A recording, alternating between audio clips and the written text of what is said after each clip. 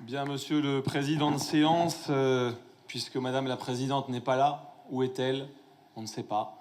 Il paraît qu'elle fait une conférence de presse, curieusement, pendant les interventions des 3 groupes d'opposition, afin d'éviter que la presse nous entende, peut-être. C'est dommage. C'est une curieuse conception de la démocratie, là encore. Alors, notre groupe a souhaité consacrer le temps maximum réglementaire de 10 minutes à une intervention sur le compte administratif de notre collectivité. C'est l'occasion pour nous d'évoquer le bilan annuel qu'on pourrait cette année résumer ainsi pour la 2e année consécutive. Circuler, il n'y a plus d'argent. Baisse de l'investissement en 2023 pour la 2e année, baisse des subventions aux communes, hausse de la taxe sur la carte grise car vous avez besoin d'argent en raison d'une dette record et d'une mauvaise gestion. Oui, le seul groupe d'opposition tire aujourd'hui à nouveau la sonnette d'alarme sur la mise en danger financière des générations à venir. Car il faut bien le dire, l'élément le plus marquant du bilan, c'est un endettement toujours plus record, sur lequel nous alertons invariablement chaque année, mais avec de plus en plus d'inquiétude tout de même. Endettement record marqueur d'une absence de maîtrise budgétaire.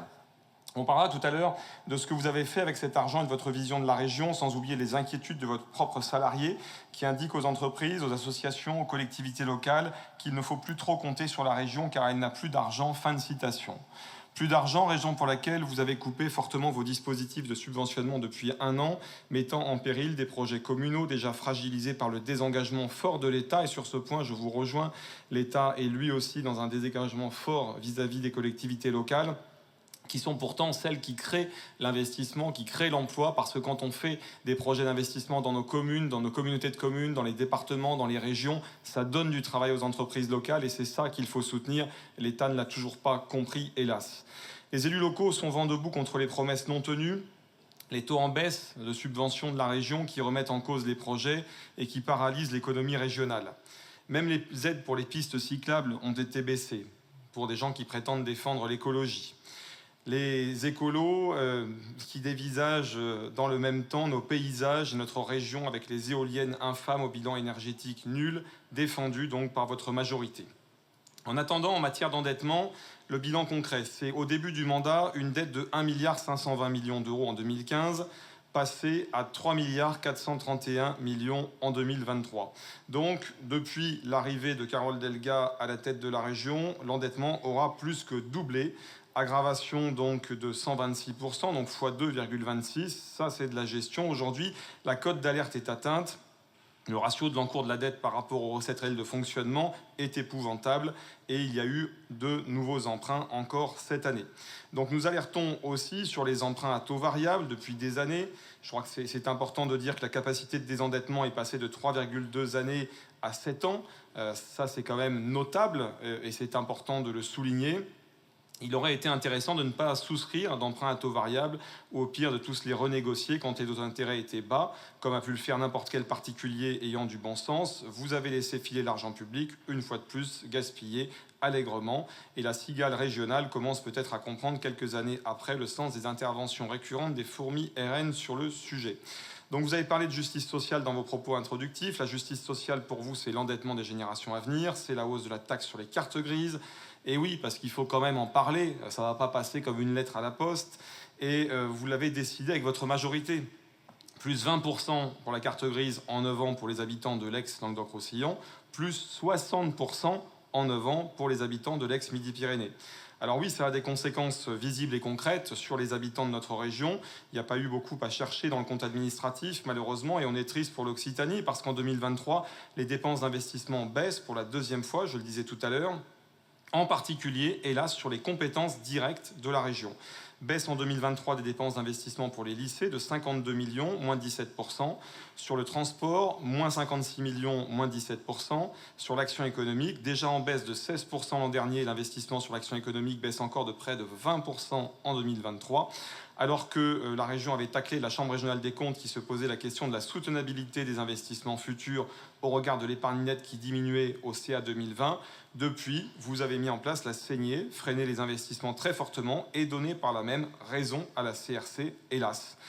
L'endettement net était de 490,2 en 2016 et 414,5 en 2019. L'autre grief budgétaire que nous pouvons vous faire, c'est la mauvaise gestion des dépenses de fonctionnement. Un institut indépendant confirmait déjà que de 2015 à 2019, Les dépenses d'administration générale avaient connu en Occitanie la plus forte hausse de France avec une hausse de 47%.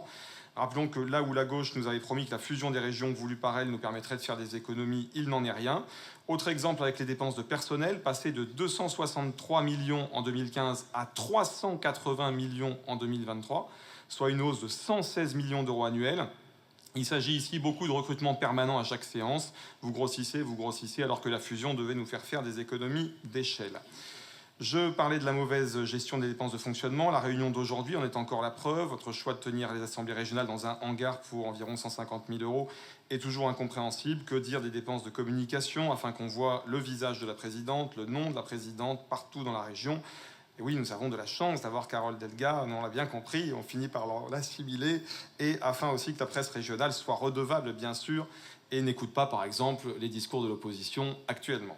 Le budget annoncé insertion est même passé de 6 millions à 15 millions en quelques années. La com et l'autopromotion coûtent cher. Nous combattons aussi l'opacité dans la gestion. On déplore les tendances à créer des SPL, des SAS, des foncières, des sociétés diverses et variées qui peuvent ainsi gérer l'argent public sans réel contrôle de l'opposition puisque nous n'avons pas droit de citer dans ces instances. C'est légal certes mais opaque, on ne peut pas s'en féliciter. Les statuts des sociétés ne sont parfois même pas connus au moment des votes et vous ne savez même pas nous dire quelle somme vous envisagez d'y affecter. Donc voilà, je crois que ça c'est quelque chose que nous devons combattre et dénoncer aussi. Les effets d'annonce, vous nous annoncez souvent de grands plans en mettant la charrue avant les bœufs, que ce soit sur la santé, la sécurité, sur tant d'autres sujets. Vous n'atteignez en fait jamais les montants annoncés. Ce qui est bien avec les comptes administratifs, c'est que les chiffres, eux, ne mentent pas et on invite la presse à les lire attentivement. Autre, et pas seulement lire la note présentée par le cabinet de la présidente. Autre grief, les habitants de notre région ne se sentent toujours pas appartenir à la nouvelle région. Ça, c'est un vrai échec aussi. Vous n'avez pas su faire région, contrairement à ce que vous disiez vouloir faire en début de mandat, en raison notamment de l'absence de vision stratégique régionale. À l'exception notable des pôles d'échange multimodaux, du soutien à l'accessibilité handicapée, sur lequel il y a eu quand même des efforts de fait, ou sur les sites olympiques régionaux.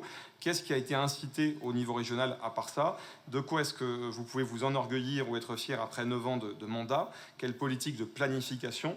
Tout le monde se pose ici la question, et depuis 9 ans, je n'ai jamais eu de réponse à cette question. Alors je la continue à la poser pour la dernière fois.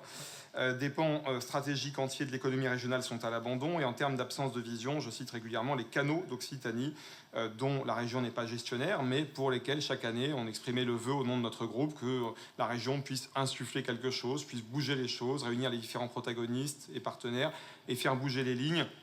Parce que quand on défend l'écologie, on défend aussi les canaux d'Occitanie, qui sont un de nos atouts patrimoniaux, touristiques, et sur lesquels il faut miser si on défend l'écologie. L'abandon des compétences des régions pour dépenser souvent hors compétences, ça on le voit. Alors on va parler de l'immigration notamment, on voit le soutien à SOS Méditerranée, ça c'est hors compétences et vous aimez bien, mais il n'y a qu'un malheur, c'est que quand même, vous avez quand même vu à ces élections que le Rassemblement national a eu 20 députés sur 49 dans la région. C'est bien aussi que les gens en ont marre de l'immigration massive que nous accueillons sur notre sol. Ça c'est un des messages que vous ne voulez pas entendre. Personne n'en a parlé, ni les groupes de droite d'ailleurs. Ils ont parlé de la sécurité, du pouvoir d'achat, mais ils ne parlent pas de l'immigration parce que c'est un tabou et vous avez réussi à rendre ce sujet comme étant un tabou. Alors nous on en parle et je crois qu'aujourd'hui on ne peut plus se permettre, quand on connaît la situation financière du pays et de la région, de continuer à dilapider l'argent dans des folies comme celle-là. Et je pense que plus de 70% des Français aimeraient un référendum sur l'immigration. Hélas, la démocratie participative a une limite, c'est quand elle risque de ne pas donner le même avis que le vôtre. C'est ce qu'on a pu constater et mes collègues y reviendront tout à l'heure, Olivier Montel et Frédéric Gourrier. Enfin, bon, je note quand même que je n'aurais pas eu le plaisir en tant que maire, je vais laisser mes fonctions dans quelques jours, d'accueillir la présidente en 9 ans. C'est quand même une des 30 plus grandes villes d'Occitanie. La présidente n'y est jamais venue. Alors, je sais pas, il paraît qu'elle fait beaucoup de terrain, mais ça dépend, elle doit choisir ses endroits. Mais elle fait pas de discrimination à part ça. Hein. Il paraît que, d'ailleurs, c'est un droit de l'homme maintenant, la discrimination. On l'a compris avec l'arrêt de la CEDH. Mais cet arrêt n'efface pas la condamnation, puisqu'en droit français, la présidente reste condamnée, nous le rappelons. Et ça, c'est un fait qu'on ne peut pas effacer aussi. Mais quand on est président, on est au-dessus des partis, on rencontre chacun, on parle à chacun, on ne discrimine pas. Au contraire, on se félicite de pouvoir avoir des rapports avec chaque élu. Et je sais d'ailleurs qu'ici, dans la majorité, certains élus y compris socialistes, eh bien, travaillent avec tout le monde et je ne peux que les en remercier parce que c'est ça être un vrai élu. Ça n'est pas être dans le sectarisme, ça n'est pas refuser de serrer la main, ça n'est pas refuser de rencontrer les gens qui ne sont pas comme vous. Un président d'exécutif doit développer son territoire et doit le faire avec chacun. Et donc, pour terminer, je dirais que j'avais du respect pour la constance politique de la présidente, qui est née socialiste et mourra socialiste, comme je suis né FN, je mourrai RN. Mais je constate qu'elle a soutenu quand même, au final, pendant ces élections législatives, l'alliance avec la France insoumise, qu'elle se rapproche d'Emmanuel Macron. Et je pensais qu'elle avait une meilleure colonne vertébrale et qu'elle était quelqu'un de stable. Je constate que finalement, la gamelle est plus forte, comme pour beaucoup d'autres. Merci.